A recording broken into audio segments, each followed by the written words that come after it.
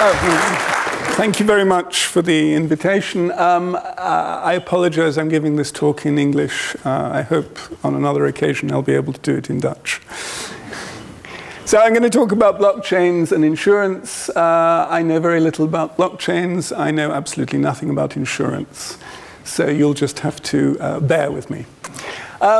The origins of blockchain technology lie with Bitcoin. Some of you may have heard about Bitcoin. Bitcoin is this cryptocurrency that was created in about 2008.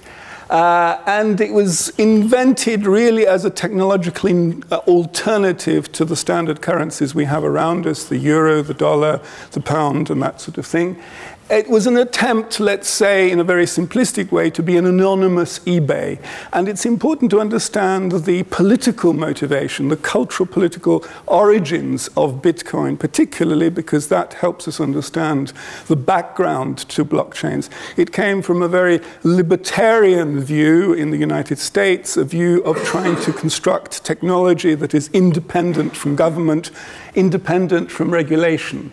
And one of the ways that this is expressed is that there is a finite number of bitcoins. There will never be more than about 20 million bitcoins ever made technologically, and that is supposed to provide a guarantee against inflation. Bitcoin depends on the blockchain. The blockchain is the underlying infrastructure. And that's what enables it to function. And all Bitcoin transactions are recorded there. So every time I would send you some Bitcoins from my electronic wallet to your electronic wallet, that transaction is recorded in the blockchain. When one says the blockchain, one means the blockchain of Bitcoin. What is a blockchain? A blockchain, very simply, is a database. But it has a few strange characteristics. It's completely distributed. So if you're part of the system, everybody has a copy of that database. It's open and public. So it's completely transparent. Every transaction that occurs on the blockchain is visible to all the other actors who participate in the blockchain. It's auto-synced. So a copy is made almost instantly of everything that occurs, and nothing can be deleted. It's a permanent record. So this is one reason why blockchain technology is otherwise known as distributed ledger technology, ledger in the traditional meaning of where one writes the accounts of, in a business. The other strange characteristics are that it's very slow, and every transaction that occurs takes a lot of time compared to an ordinary database, and has very low capacity, so about 80 bits for each transaction. So this is, to give you to understand, you can do about 6 transactions per second on the Bitcoin blockchain. Visa, I understand, does about 24,000 transactions per second. So there's a big difference there. There are, though, important characteristics of the blockchain. It is very secure due to the use of cryptography. All transactions, all processes are cryptographically registered, are cryptographically signed. It's capable of very near real-time synchronization. So the idea is that if I have bitcoins, I cannot spend them twice. Now, as probably most of you know, in the real world, we use various systems of escrow. So if there's a financial transaction, there's usually a third party that is somehow overlooking the transaction and making sure that it occurs and all the legal implications of that. Bitcoin and blockchain technology completely obviates that. And that's why very often blockchain technology is considered a trustless system, in the sense that you don't need to trust another party to see that things are happening. It has very low transaction costs. Well, this is something we can argue about. In principle, because of the way the Bitcoin Bitcoin system is set up, and in theory, this would apply to blockchains in general. Transactions are paid for by the whole system, so they cost very little. There's a lot of people who talk about using blockchains and cryptocurrency, for example, to provide funds to refugees or to third world developing countries. Because in principle, it's a much cheaper system than, let's say, a normal bank with all the infrastructure and complexity that lies there. Blockchain technology is open source. The Bitcoin infrastructure was software that was released to the public by an anonymous person or group of persons. And most of the work that's being done in this area is done by startups or by other organizations and is provided as open source to the community. Transparency and traceability of transactions is typically superior. So, you know, it's easy, as I said, to see that a transaction has occurred, but there are issues about knowing who sent the Bitcoin, for example, to who. So you can see what's happened, but you don't know who the actors interacting there necessarily are. Now, these are characteristics specifically of the Bitcoin blockchain. They don't necessarily apply to every way one implements that technology. But it's important to get some of these ideas behind you so that you understand what else follows. Key features: the permanent ledger, the fact that nothing can be deleted. So the blockchain as a technology is ideal for certain kinds of data. It would be, for example, ideal for reducing some kinds of insurance fraud. I'm sure you're familiar with issues to do with auto fraud. So there's an accident and more than one person claims against that accident to completely different insurance companies. I'm aware, or I have the vague impression, that in the Netherlands you're much more organized than the UK, where I come from. But certainly it's a problem in Britain. Recording valuables, so no fraudulent claims are possible. So if people claim to lose something or claim that something has been destroyed, how do you know that it actually has been destroyed when actually it's being sold somewhere else?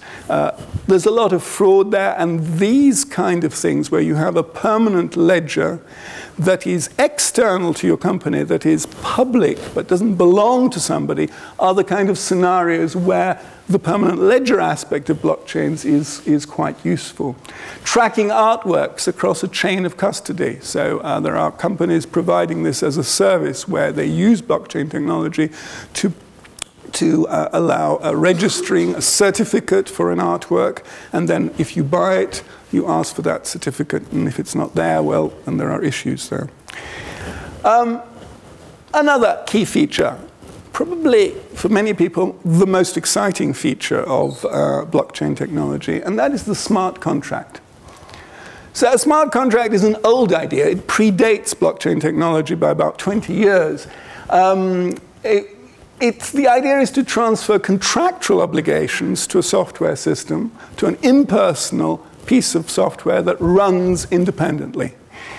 And so the idea with new blockchains, with blockchain 2.0, let's say, is that one can place a smart contract on a blockchain, on such a system, and then it will run and operate indefinitely. Ethereum, for example, is a well-known startup, collection of startups that is operating in this space, and in effect is providing a platform on which one can place smart contracts. Here on the right is an example. It's just a visualization in a scripting language of how one would write a smart contract which would transfer money from one person to another under certain conditions. So basically, a smart contract is just a collection of if-then statements, right? It's nothing more sophisticated than that. The sophistication lies in that it sits on a platform and runs permanently. Once it's there, and as long as the platform exists, as long as that blockchain exists, you can't delete it, you can't stop it. So Ethereum, I've just mentioned, is an example of a company that is not entering the insurance space, but is providing the infrastructure technology that makes things possible. It's creating this smart contract platform using Ether as a notion, as a currency. It's also very slow, but it has a guaranteed uptime. So, you know, if you talk to most computer services, they will say, oh, we guarantee 99.9% uptime. Well, in principle, a virtual machine of running on the blockchain has 100% uptime because it's completely distributed. Multiple parties have copies of the system, and everybody is running it. It was started by Vitalik Buterin and Gavin Wood. Vitalik was 19 years old at the time that he started it, so this is an example of real youthful innovation. It pre-sold $15 million worth of Ether to fund its development, and it's still running based on that startup capital. It has major visibility and public backing. It's now even available now on Microsoft Azure's platform, so you can use Ethereum within Azure to develop your own applications. The hype. Well, there's a lot of hype in this area. You know, the Forum of the Future of Financial Services World Economic Forum last year predicted that decentralized systems such as the blockchain threaten to disintermediate almost every process in the financial services, and you are part of the financial services. The most imminent effect of disruption will be felt in the banking sector. However, the greatest impact of a disruption is likely to be felt in the insurance sector. You better think about that. Venture capital in 2015 was between $500 million and $1 billion. It's predicted to be $10 billion this year. All right, let's take a hypothetical example. There is a Dutch company, ears.nl, which has developed the concept, I'm not really sure whether they sell it, but they've developed the concept of satellite-based crop insurance. So basically, African farmers pay very small amounts of insurance for their crops, and if something happens, there is a drought or there is a flood, there is an automatic payout. So nobody actually goes on the ground to inspect the farm to see if there has actually been damage. This is done purely by looking at satellite imagery. So as a result, the cost of offering that kind of insurance is very low. However, think about it. You could easily construct a program, a smart contract, to run on a cryptocurrency-based blockchain where African farmers pay a very small amount of money in cryptographic form, in a cryptocurrency. The smart contract runs the test, the examination at regular intervals, pulling in the data off the satellites, and automatically makes payouts depending on the algorithm that's been designed to analyze the imagery. In effect, you have a completely closed loop with no human intervention, other than paying the money at a regular interval. The payout is made automatically. So this is an imaginary example, but this is the kind of concept that is being developed. And there are a number of other, here is a few real examples of startups or conceptual startups, people who are just beginning to start things up in this area. Everledger is based on Eris, another platform for blockchains, and provides a permanent record of all diamonds to ensure authenticity and provide a record against fraudulent insurance claims. So this is clearly targeted at the insurance sector. The idea is that all diamonds should be registered there. There is an API, a programmatic interface that people can query, and a permanent record that cannot be deleted. Dynamis is offering unemployment insurance based on LinkedIn and the social network as an oracle. So you are able to ask for insurance based on your LinkedIn profile, and based on what your LinkedIn network says about you, you get the unemployment insurance. And of course, if you fall unemployed, you will state that on LinkedIn. So LinkedIn acts as the oracle. The oracle I'm using here as a term to mean that which tells you the truth, supposedly, right? Another example is InsureF. This is an Ethereum-based flight insurance. The contract runs on the Ethereum blockchain. The idea is flight insurance is easy to get knowledge about whether an airplane is late or not when it arrives at its destination or if it's cancelled. There's no adjudication. There's no person has to decide whether the flight's been cancelled or not. So you can run it automatically on the blockchain and provide that as a service. Augur is a different concept. It's not really insurance, but it's closely related. It's got to do with prediction markets. When you predict that a certain event will occur in the future, and you use the crowd or the crowd as a market to buy a certain prediction. This again is proposed as something that can be run on the blockchain. So how will blockchain and distributed ledger technology affect the insurance industry? Blockchains provide an opportunity for research and development for new products and new ways to tailor products. So it really does provide an interesting set of technologies, particularly the permanent record and the smart contract features, for developing new kinds of insurance services, things that perhaps people have not yet imagined. Distribution has already been affected by technology. Distribution in the sense of actually distributing an insurance product to your customers. Comparison websites and all that have hugely affected the insurance sector. So blockchains is perhaps not so important in this area.